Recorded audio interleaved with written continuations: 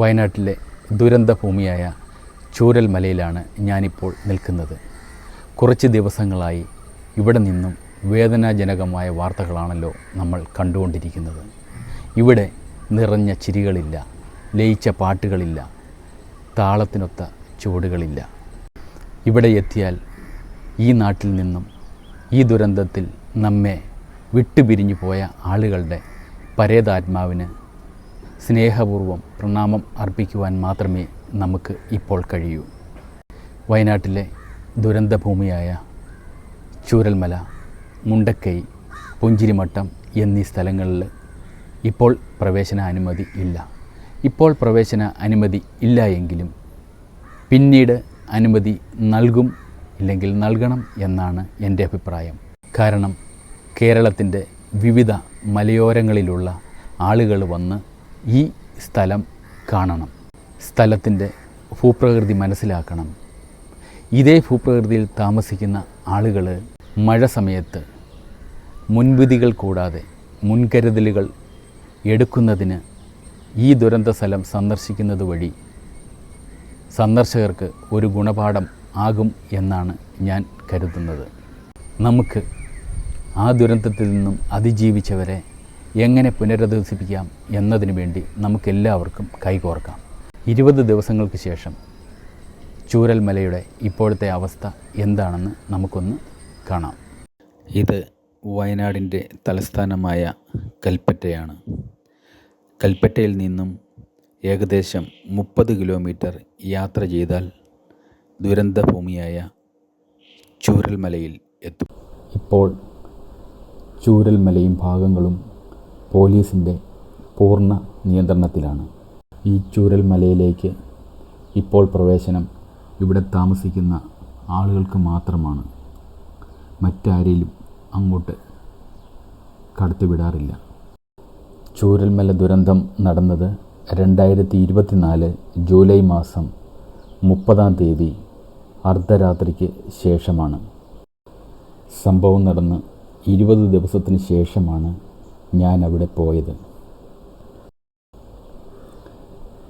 തിരച്ചിലുകളൊക്കെ ഏതാണ്ട് പൂർണ്ണമായും അവസാനിച്ച മട്ടാണ്. ആൾത്തിരക്കുകളില്ല, സന്തോഷങ്ങളില്ല, ബഹളങ്ങളില്ല. എങ്ങും മൂകമായ അന്തരീക്ഷം മാത്രമാണ്. സ്കൂളാണ്. സ്കൂളിൻ്റെ മൈതാനം ഇപ്പോൾ തോടായി മാറിയിരിക്കുകയാണ്. പോലീസും ബന്ധപ്പെട്ട അധികാരികളും മാത്രമാണ് ഇപ്പോൾ നാട്ടുകാരെ കൂടാതെ അവിടെ ഉള്ളത്. ഇന്നിപ്പോൾ ഇവിടെ മാധ്യമപ്രവർത്തകരെ ആരെയും തന്നെ കാണാനില്ല.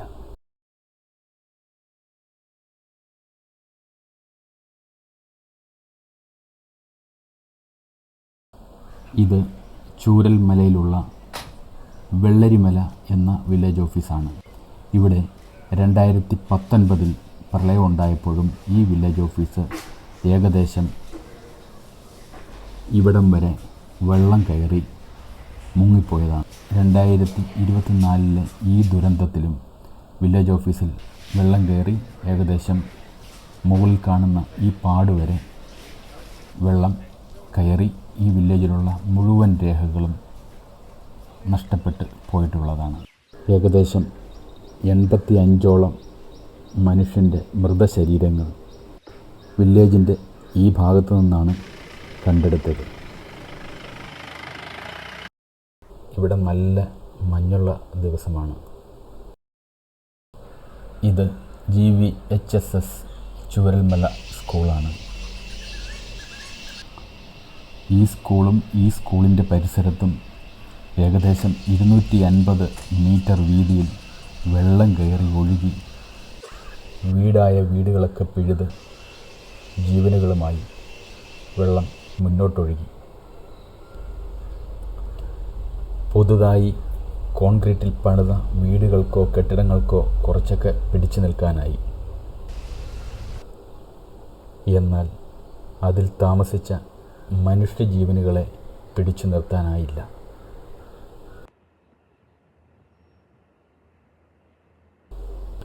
ഇത് സ്കൂളിൻ്റെ അകമാണ്.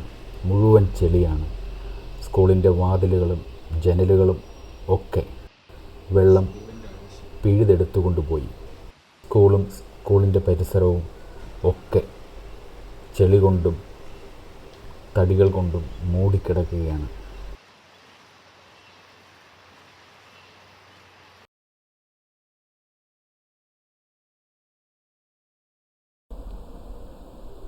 എത്രയോ കുട്ടികൾ ഈ പൈപ്പിൽ നിന്നും വെള്ളം കുടിച്ചിട്ടുണ്ട്. അതിൽ പല കുട്ടികളും ഇന്ന് നമ്മോടൊപ്പം ഇല്ല.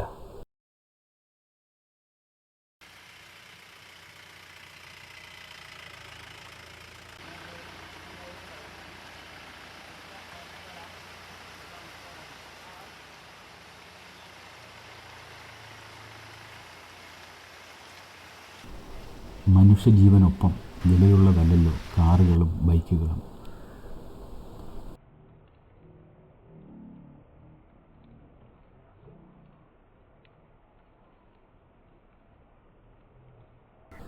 താൽക്കാലികമായി പട്ടാളക്കാർ നിർമ്മിച്ച ടവറാണ് ഇത്.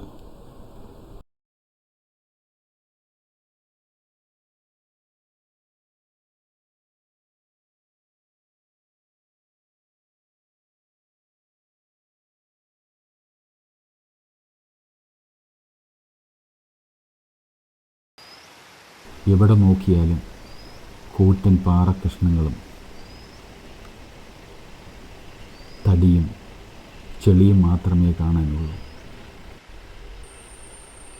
അല്പം ഉയർന്ന പ്രദേശത്തിരുന്ന ഈ വീടുകളിലുള്ള ആളുകളൊക്കെ ഭാഗ്യം കൊണ്ട് കഷ്ടിച്ച് രക്ഷപ്പെട്ടു.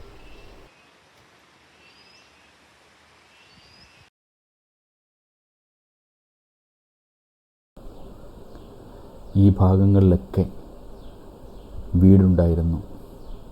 അതൊന്നും ഇപ്പോൾ കാണാനില്ല. എല്ലാം നാമാവശേഷമായിരിക്കുന്നു.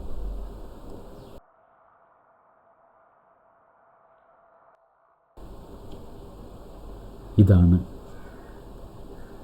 മരിച്ച ആ നേഴ്സിൻ്റെ വീട്.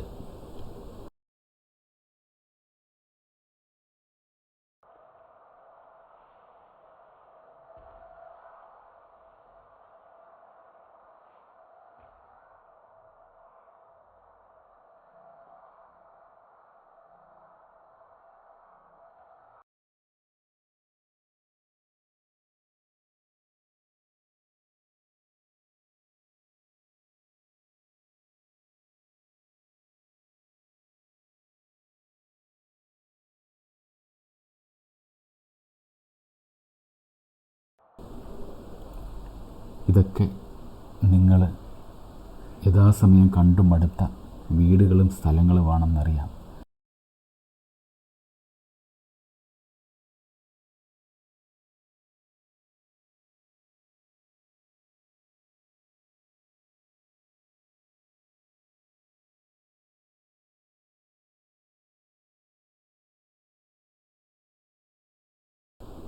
എവിടെ നോക്കിയാലും പാറക്കൂട്ടങ്ങളും ചെളിയും തടിക്കഷ്ണങ്ങളും കോൺക്രീറ്റിൻ്റെ അവശിഷ്ടങ്ങളും മാത്രമേ കാണാനുള്ളൂ. കഷ്ടിച്ച് രക്ഷപ്പെട്ട ഒരു വീടാണിത്.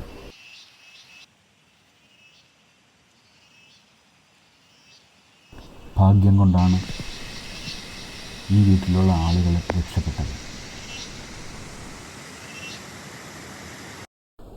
ഈ വീട്ടിലൊക്കെ അവശേഷിച്ചിരുന്ന ആളുകൾ ഇപ്പോൾ ക്യാമ്പിലും വാടക വീട്ടിലേക്കും ഒക്കെ മാറിക്കൊണ്ടിരിക്കുകയാണ്. ഇന്നിപ്പോൾ ഇവിടെ നല്ല മഴയുമുണ്ട്.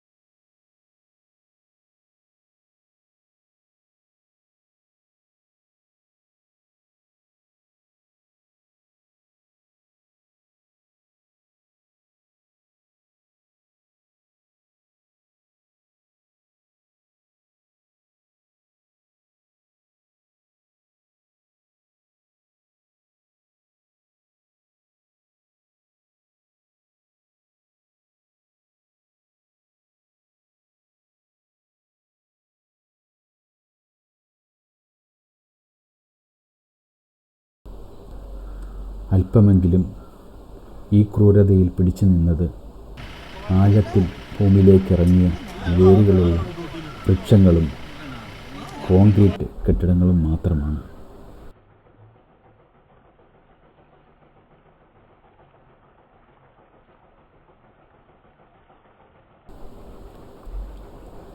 ഇവിടെ ഒരു അമ്പലമുണ്ടായിരുന്നു. ഒരാലും ഉണ്ടായിരുന്നു. ആല് മാത്രം അവശേഷിച്ചു. അമ്പലം പൂർണ്ണമായും തൂത്തെറിയപ്പെട്ടു.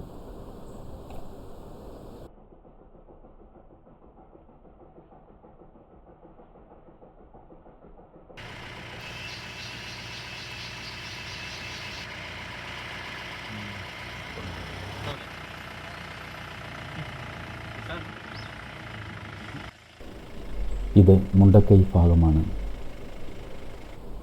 ഏകദേശം 300 മീറ്റർ വീതിയിലാണ് മുണ്ടക്കൈ ഭാഗത്തു നിന്നും ഉരുള് കയറി ഇറങ്ങിപ്പോയത്.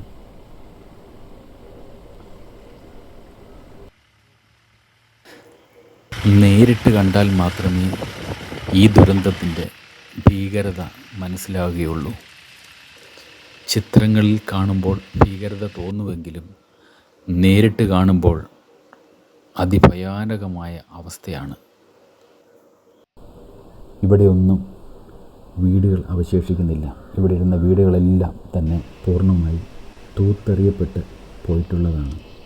നടന്നു വരുമ്പോൾ എൻ്റെ കാലിൽ തട്ടി ഈ പാത്രം തെറിച്ചു പോയി. ഞാൻ നോക്കിയപ്പോൾ അതിൽ ജീരകമാണ്. തിരിഞ്ഞു നോക്കിയപ്പോൾ ഇതൊരു വീടായിരുന്നു. ആ വീട്ടിലെ സാധനങ്ങളായിരിക്കാം. ഇപ്പോൾ തറ മാത്രമാണ് അവശേഷിക്കുന്നത്. ഇവിടെ പോലീസുകാരും തിരയുന്നുണ്ടായിരുന്നു. എന്താണ് തിരയുന്നതെന്ന് ചോദിച്ചപ്പോൾ അവരെ ഇവിടെ ഒരു ക്യാമറ വെച്ചിരുന്നു. അത് തിരയുകയാണ് എന്നാണ് അവർ പറഞ്ഞത്. മാവോയിസ്റ്റിൻ്റെ സാന്നിധ്യമുള്ള സ്ഥലമായിരുന്നു ഇവിടം. ഈ ഭാഗങ്ങളിലൊക്കെ മണ്ണിൻ്റെ കൂനകളും ചെളിയും തടിക്കഷ്ണങ്ങളും കോൺക്രീറ്റിൻ്റെ കഷ്ണങ്ങളും മാത്രമേ കാണുവാനുള്ളൂ. ഏകദേശം 350 മീറ്റർ വീതിയിലാണ് ഇതുവഴി വെള്ളം കയറി നിരന്ന് ഒഴുകിപ്പോയത്. എത്ര പേര് ഈ ദുരന്തത്തിൽ മരണപ്പെട്ടു എന്ന് ഇപ്പോഴും വ്യക്തമായ കണക്ക് ആയിട്ടില്ല. ഏകദേശം 125ഓളം ആളുകളെയും കൂടി കണ്ടെത്താൻ ഉണ്ടെന്നാണ് പറയുന്നത്. ഇതാണ് താൽക്കാലികമായി നിർമ്മിച്ച ബെയിലി പാലം. അതിനെ ബലപ്പെടുത്തുന്ന ജോലികളൊക്കെ ഇപ്പോൾ അതിൻ്റെ താഴെ ഭാഗത്ത് ചെയ്തു വരുന്നു.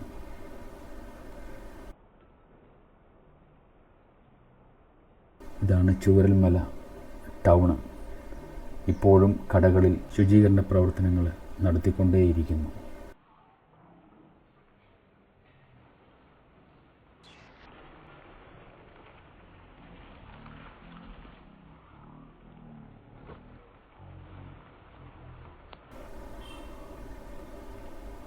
ആളുകളോ ബഹളങ്ങളോ ഇപ്പോൾ ഇല്ല. വളരെ കുറച്ച് ആളുകൾ മാത്രമേ ഈ പ്രദേശങ്ങളിൽ ഇപ്പോൾ കാണാനുള്ളൂ.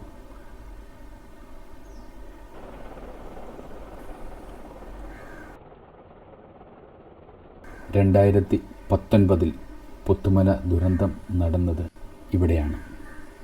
ഇനിയും കാലൻ വരുമോ എന്ന് ഭയന്ന് നോക്കി നിൽക്കുന്ന ശ്യാനനെ നമുക്ക് കാണാം.